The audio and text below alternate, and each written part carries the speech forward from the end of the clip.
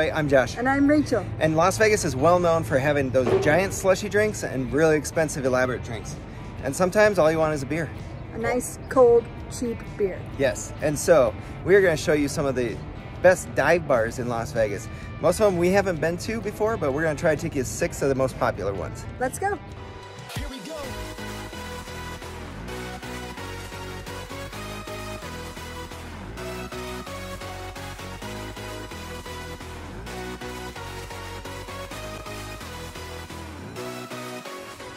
So what makes a dive bar? Defining a dive bar is kind of difficult, but it's one of those things you just know it when you see it.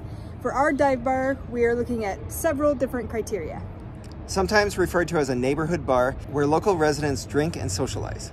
Often the drink selection is simple and cheap or reasonably priced. Same goes for food, if it has any to choose from. Not connected to any major hotel or casino.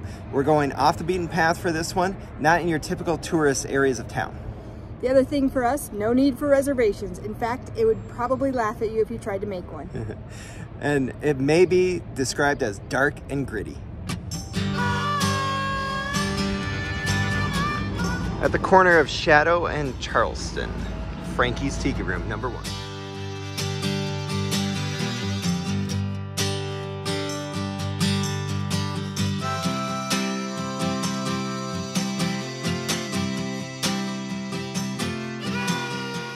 All right, so for our bar crawl, we are actually staying at the south end of the strip, and so we're gonna try starting very north, but the thing that we have to worry about also is what places are open.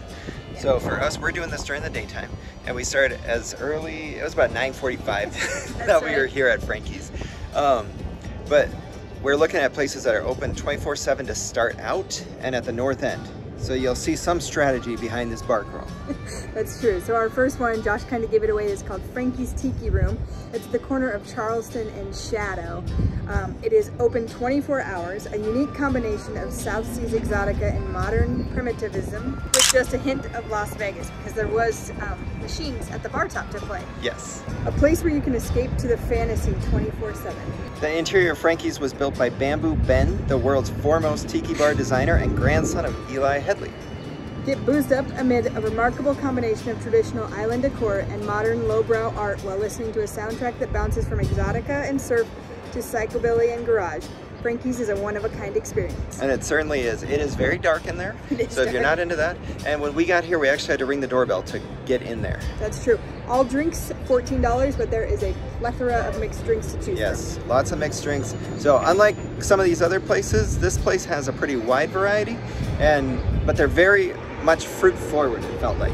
And there's some heavy alcohol ones in there too if you want those. Next.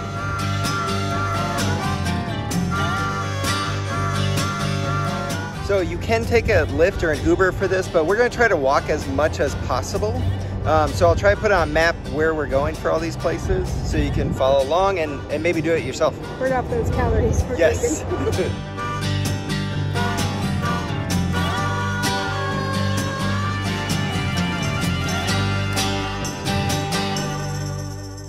All right, if you're not paying attention, you might miss the door because it's under the Wing Experts sign. But we found the Hunteridge Tavern right here.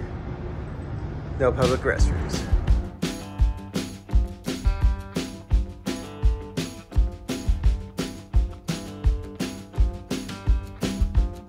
All right, so the Hunteridge Tavern, it is on the 1100 block of East Charleston, so we walked straight down the street. It's a glorious dive bar, teeny tiny for now, and located away from the touristy areas of Fremont Street and the Arts District. It's in the Hunteridge Historic District. It's a 24-hour dive bar offering video poker, live music, and casual space with an old school vibe. The beer is cheap.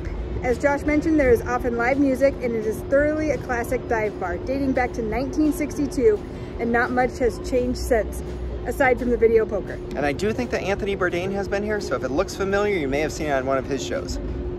All right, we just left Hunteridge. The good thing we learned there is that if you're playing video poker, you don't have to pay for your beers. So we actually got to pick our beers. Yeah, we got to pick our beers, but that doesn't make it a cheap beer. I still lost 20 bucks. Yes, yeah, both of us lost on the machines, but you know, it's good to see that because over at Frankie's, we did pay for our drinks and we played quite a bit. I would say, but we also won money there. We did win there.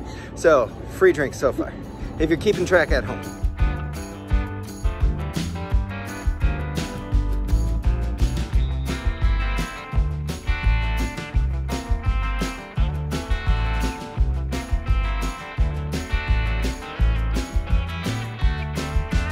At the corner of 10th and Fremont is our next spot. Atomic Liquors. They are opening at noon. Looks like they've expanded. Yeah, they are expanding, I believe, into this space, but we're gonna try to do the old school one. I know, we do like outdoor seating though too. That's pretty cool. It's getting hot though. It is noon. We'll see. But they do have outdoor seating if you want that, which you don't see at a lot of these ones. All right, so next on our list is Atomic Liquors. It is definitely a famous one. Why? It was Las Vegas's first freestanding bar. It officially opened in 1952. Famous movie scenes where you can find this place includes The Twilight Zone, Casino, The Hangover, as well as Anthony Bourdain has filmed a segment here. I swear I've read that he went to the Hunt Ridge as well, but maybe he just went there, he didn't film. We've also heard that back when they were, I would guess, detonating atomic bombs, you could actually sit on the roof and watch the atomic bomb detonations. There you go. I don't think we're gonna get on the rooftop, but we are definitely gonna get inside, check it out. I don't think they're detonating atomic bombs either. No, so there'd be no point. Yeah.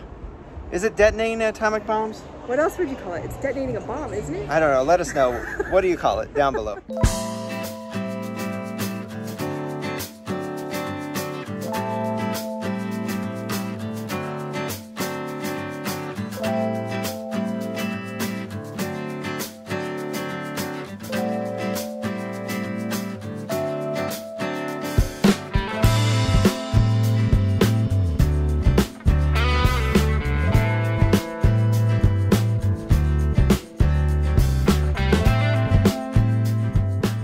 We just left Atomic Liquors. Very cool vibe. Yeah. It said that it had slots. We didn't see the slots, so maybe there's a different wing we didn't go down. Beers ended up costing us $15 there. Which I don't think is that bad. No. And they're draft beers, and they had a heck of a selection. Yeah, that's quite what I liked. A good selection of local craft beers, which is what we like. On to the next one. If you're enjoying this video and you want to see more Las Vegas videos, please make sure to hit that subscribe button. We have over 140 restaurant reviews in Las Vegas alone, and a bunch of hotel reviews, and a lot of experiences. And now a dive bar. Yeah.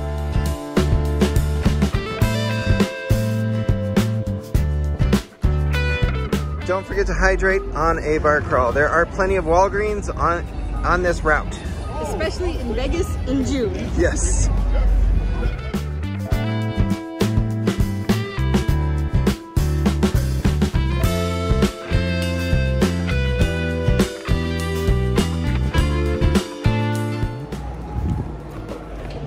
All right, we are still on foot, and this is actually the bar that was kind of the inspiration for us to do this video. Yeah. We came here with friends seeking Vegas Sunrise about a year ago. Loved it. It is like a total dive bar, Midwestern uncle's basement. I was gonna say your uncle's basement. Yes, it's called the Silver Stamp. It's in the Arts District. You're gonna have to tell me if you think that this counts as a dive bar, because it's one of the newest ones. And it's really made to look that way. So, it doesn't have a sign or anything. Yeah, no sign. You just gotta find this place. And here it is, 222 Imperial. It was, yeah. And if we haven't said it already, I would not recommend doing this walk at night. No. But here's the Silver Stamp. Let's go in and check it out. I didn't even notice this logo before. Well, like that. There you go. There's your sign.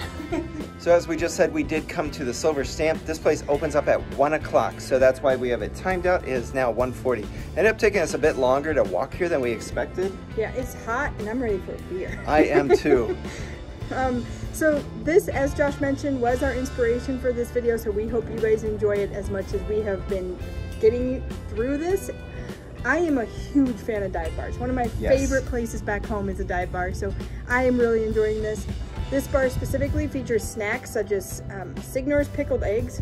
You're not going to find me eating a pickled egg. And hot dogs, but customers can also bring in their own food. Yes, it looks like a 1970s den with wood paneling and walls of beer. And let's go get some beer. Yes.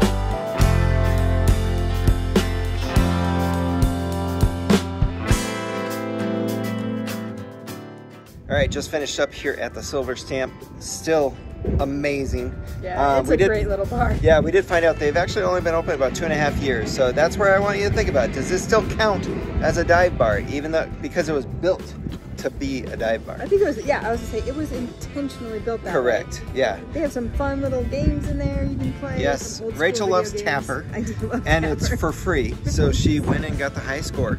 Only score, the high score. It's still the high score. Yes. And we got 2 beers. How much were the beers? $15. For 2? So, that's not bad because yours was a big beer. Yeah, basically the same price we spent at Atomic. Yep. Now Frankie's is still the highest, but it was mixed drinks. That's true. And it was double the price. So overall though, we're not talking about very high spend. Yeah. And it's been a blast. Has been fun. That walk was hot. I will say that much. So if you're not really into walking in too much heat, that one you might have wanted to take a car ride. We are going to take a car to the next one. Yeah, it's quite a, I mean, it's like 2 miles away, but yeah, it's hot out here right now. And we're ready to eat. Yep. So let's go to the next.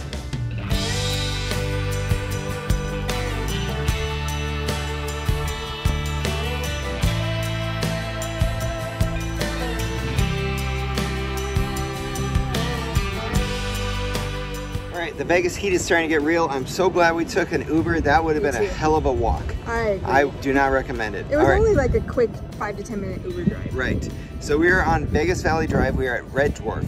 They do serve pizza. That's my #1 bullet point, and we are ready to eat. Yes. So this is a fusion of a tiki room and a dive bar that serves craft beers and, as Josh mentioned, pizza. Yes. The drink selection includes 15 tiki cocktails, a rotating 20 tap craft beer list. And the decor checks a lot of boxes as it's a unique mishmash of music, history, and nautical, steampunk, and tiki. Yes, let's get in there. Well, we wanted to bring you to Red Dwarf, but check this out. Closed until 4. Please don't ring bell. All right, well, we are a little bit bummed that we were not able to try pizza here. We have heard that it's very good. If you have ever been to Red Dwarf, please let us know what you thought about it. I believe it's a Detroit style, and it would have really hit the spot, but the last place does have food. It's not quite on par. It's also not from what we've heard. Open 24/7. It is 24/7. And it it's actually, on the strip. yeah, it moves us back towards our hotel, and so that was the whole intent was, you know, start way north and move our way back. Yep. So waiting on a car.